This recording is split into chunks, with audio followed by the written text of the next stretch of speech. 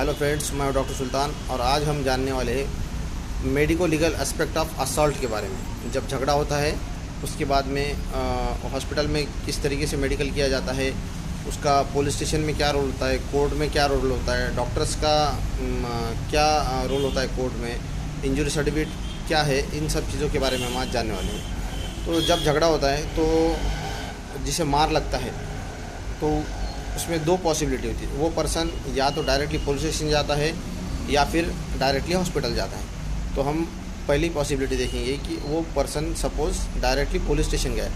अब police station जाने के बाद में पुलिस के हाथ में है कि वो केस दर्ज कराना है डायरेक्टली या नहीं दर्ज कराना है। कुछ केसेस में पुलिस केस डायरेक्टली दर्ज करा के ले लेती है और कुछ केसेस में पुलिस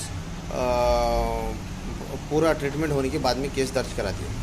तो जब पेशेंट पुलिस स्टेशन जाता है डायरेक्टली तो उसे मेडिकल मेमो दिया जाता है। मतलब उसमें लिखा होता है कि गवर्नमेंट मेडिकल ऑफिसर के लिए वो लेटर लिखा होता है। उसमें लिखा होता है कि ये पर्सन का झगड़ा हुआ है और इसे मार लगा है और इसका मेडिकल एग्जामिनेशन करके हमें रिपोर्ट दिया जाए। तो वो लेटर पेशेंट के हाथ में दिया जाता है। वो पेशेंट वो लेटर लेकर गवर्नमेंट हॉस्पिटल जाता है, नज़दीकी गवर्नमेंट हॉस्पिटल जाता है। अब गवर्नमेंट हॉस्पिटल में जाने के बाद में वहाँ पर जो भी मेडिकल ऑफिसर होता है, अगर कोई मेडिकल कॉलेज में जनरली असॉल्ट के जो मैटर्स है वो मेडिकल कॉलेज में रेफ़र कर दिए जाते हैं। पीएचसी पे जो भी गांव के लेवल पर हॉस्पिटल्स होते हैं, प्राइमरी हेल्थ सेंटर्स, वो ये केसेस को डील नहीं करते, वो रेफ़र करते हैं हायर सेंटर मतलब मेडिकल कॉलेजेस को। जब मेडिकल कॉलेज में ऐसा पेशेंट मेडिकल मेमो लेकर पहुँचता है तो वो कैजुअल्टी में जाता है। वहाँ पर CMO casualty medical officers available होते हैं। वो उनके पास रजिस्टर होता है जिसे एमएलसी रजिस्टर कहा जाता है। उस रजिस्टर में वो एंट्री लेते हैं। एंट्री में क्या क्या लिखा जाता है कि पेशेंट का नेम, एज, सेक्स और एड्रेस, और उसके बाद में कि ये झगड़ा कहाँ पर हुआ, कितने बजे हुआ, इसकी पूरी मालूमात लिखी जाती है। और उसके ऊपर उस पेशेंट लिखने के बाद में उस पेशेंट का थंब इम्प्रेशन भी लिया जाता है। उसके बाद में उस पेशेंट को जो इंजरीज़ है, अगर उसको सर को मार लगा है तो उसे एक डिपार्टमेंट जिसका नाम है जनरल सर्जरी, और अगर उसे बोन रिलेटेड इंजरी है, मस्कुलोस्केलेटल इंजरी है तो उसे ऑर्थो डिपार्टमेंट, या फिर उसे गायनेक से रिलेटेड मार लगा है तो उसे गायनेक डिपार्टमेंट, इस तरीके से उसे रेफ़र किया जाता है। अब वहाँ से सीएमओ रेफ़र करने के बाद में जो एक्सपर्ट है, जो भी एक्सपर्ट का ओपिनियन लेने के लिए उसके ऊपर सीएमओ ने लिख कर दिया है, वो सीएमओ मतलब कैजुअल्टी मेडिकल ऑफिसर, तो सीएमओ ने जो भी एक्सपर्ट का ओपिनियन लेने के लिए कहा है वहाँ पर पेशेंट जाता है, उनके ओपिनियन लेता है। ओपिनियन में मतलब वो डॉक्टर चेक करता है। अगर उसे लगता है एक्सरे की ज़रूरत है तो एक्सरे कराता है, अगर उसे लगता है सोनोग्राफी करना चाहिए तो सोनोग्राफी कराता है, सीटी स्कैन की ज़रूरत है तो सीटी स्कैन कराता है। और रिपोर्ट्स आ जाते हैं और रिपोर्ट अगर नॉर्मल होती है तो पेशेंट को उसी दिन डिस्चार्ज दिया जाता है। और अगर पेशेंट को रिपोर्ट्स नॉर्मल नहीं आते तो पेशेंट को एडमिट कर लिया जाता है। अब हम दोनों सिनेरियो देखेंगे कि अगर पेशेंट को डिस्चार्ज किया तो क्या किया जाएगा और पेशेंट को एडमिट किया तो क्या किया जाएगा। अब पेशेंट को डिस्चार्ज किया, उसी सेम डे पे डिस्चार्ज किया तो पेशेंट पूरे डॉक्यूमेंट्स लेकर पुलिस स्टेशन में जाना चाहिए और वहाँ पर वो डॉक्यूमेंट सबमिट कर देना चाहिए। जिसके बाद में अगर पुलिस ने केस दर्ज कराया नहीं है तो वो पुलिस उसमें उस इंजरीज़ के हिसाब से वो केस दर्ज कराएंगी और आगे का कोर्ट प्रोसीडिंग चलेगा। और अगर पेशेंट को एडमिट कर लिया गया है तो एडमिट किए हुए केस में पेशेंट का जब भी छुट्टी होगा उस वक्त में जो भी डिस्चार्ज के डॉक्यूमेंट मिलेंगे, डिस्चार्ज कार्ड मिलेगा, वो सब लेकर उसको पुलिस स्टेशन जाना है और पुलिस स्टेशन में वो सबमिट करना है।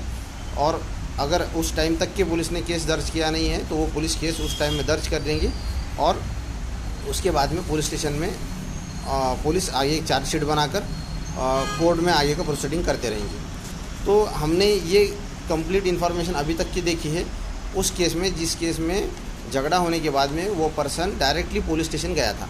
ये फर्स्ट केस था। अब हम दूसरा केस देखेंगे जिस केस में वो पर्सन पुलिस स्टेशन नहीं गया, उसे मार ज़्यादा लगा था जिसकी वजह से वो हॉस्पिटल चला गया, गवर्नमेंट हॉस्पिटल चला गया। अगर गवर्नमेंट हो सकता है कि वो गवर्नमेंट हॉस्पिटल चला जाए या फिर प्राइवेट हॉस्पिटल चला जाए। तो हम ऐसा मान के चलते हैं कि वो पेशेंट गवर्नमेंट हॉस्पिटल चला गया।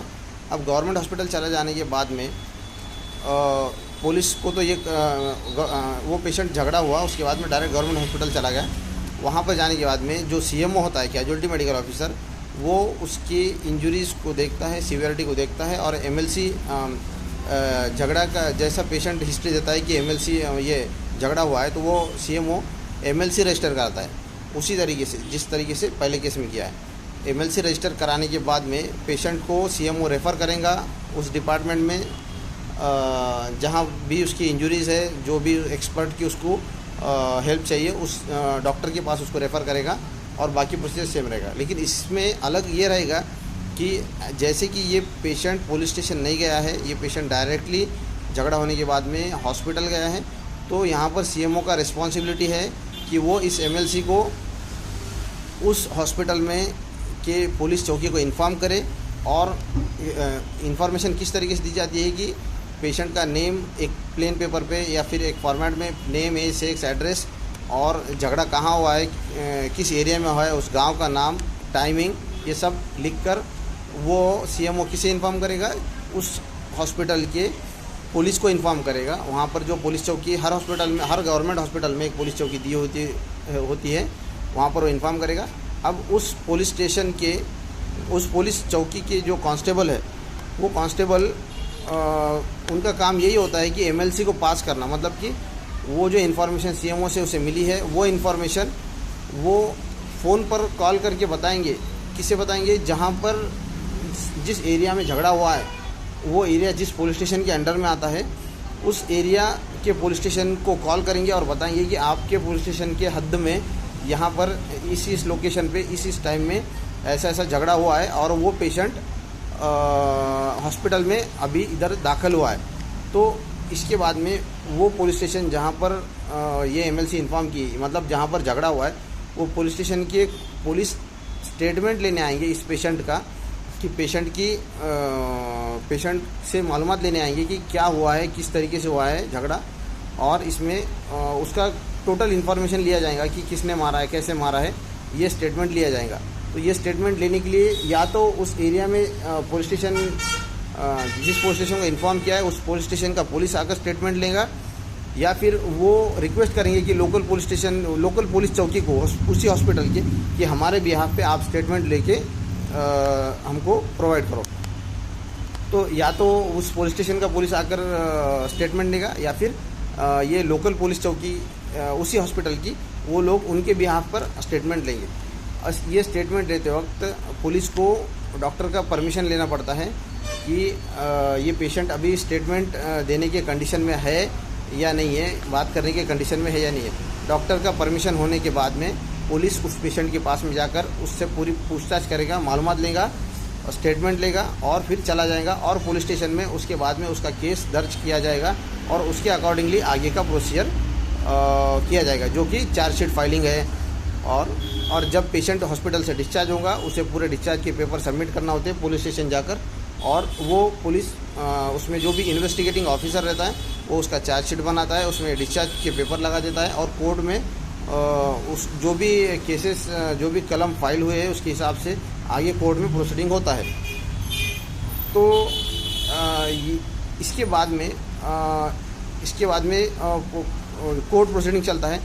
तो पुलिस एक लेटर मांगते हैं, एक लेटर देते हैं किसी मेडिकल ऑफिसर को उस हॉस्पिटल के जहाँ पर वो पेशेंट ने ट्रीटमेंट लिया है, और उस लेटर में लिखा जाता है कि ये एमएलसी नंबर है, और इस पेशेंट का इस वक्त में झगड़ा हुआ था, और इसको आपके हॉस्पिटल में ट्रीटमेंट दी गई है, और आप इसका इंजरी सर्टिफिकेट सबमिट कीजिए, इनका इंजरी सर्टिफिकेट हमको बनाकर दीजिए।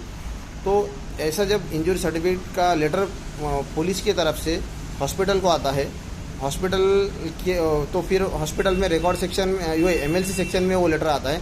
एमएलसी सेक्शन का जो भी क्लर्क होता है, वो कॉल कर उस डॉक्टर को बताता है जिसने एमएलसी की थी। वो डॉक्टर फिर एक विदिन 1 वीक वो डॉक्टर इंजरी सर्टिफिकेट बनाता है और वापस एमएलसी सेक्शन को सबमिट करता है। फिर एमएलसी सेक्शन से आउटवर्ड नंबर होने के बाद में वो पुलिस को हैंडओवर किया जाता है। तो यहाँ तक के ये प्रोसीजर थी इंजरी सर्टिफिकेट तक के। इसके बाद में इंजरी सर्टिफिकेट उस चार्जशीट में फाइल कर पुलिस अटैच करके कोर्ट में सबमिट कर देती है। कोर्ट में प्रोसीडिंग चलती है। अब जब भी जज को या फिर कोर्ट के अपोजिट पार्टी को लगता है कि इस केस में उस डॉक्टर का प्रेजेंस ज़रूरी है, तो वो जो पब्लिक प्रोसिक्यूटर होता है, गवर्नमेंट का वकील होता है, वो एक लेटर, वो एक समन इशू करता है। वो जज साहब को कहता है कि इस डॉक्टर का इम्पोर्टेंस है इस केस में। तो जज साहब की तरफ से एक समन दिया जाता है उस डॉक्टर को, जिस डॉक्टर ने एमएलसी की थी। तो फिर उस डॉक्टर को कोर्ट में बुलाया जाता है और उसका भी स्टेटमेंट लिया जाता है, और उसके बाद उस डॉक्टर के स्टेटमेंट के बेसिस पर और बाकी सब सर्कमस्टेंसेस के बेसिस पर, एविडेंस के बेसिस पर आगे का कोर्ट प्रोसीडिंग और रिजल्ट डिक्लेयर किया जाता है। तो ये था एक कोर्ट, पुलिस स्टेशन और असॉल्ट के बारे में मेडिको लीगल एस्पेक्ट। इससे रिलेटेड आपका कोई सवाल हो तो आप मुझे पूछ सकते हैं। मेरा कॉन्टैक्ट नंबर डिस्क्रिप्शन बॉक्स में दिया गया है। Thank you for watching.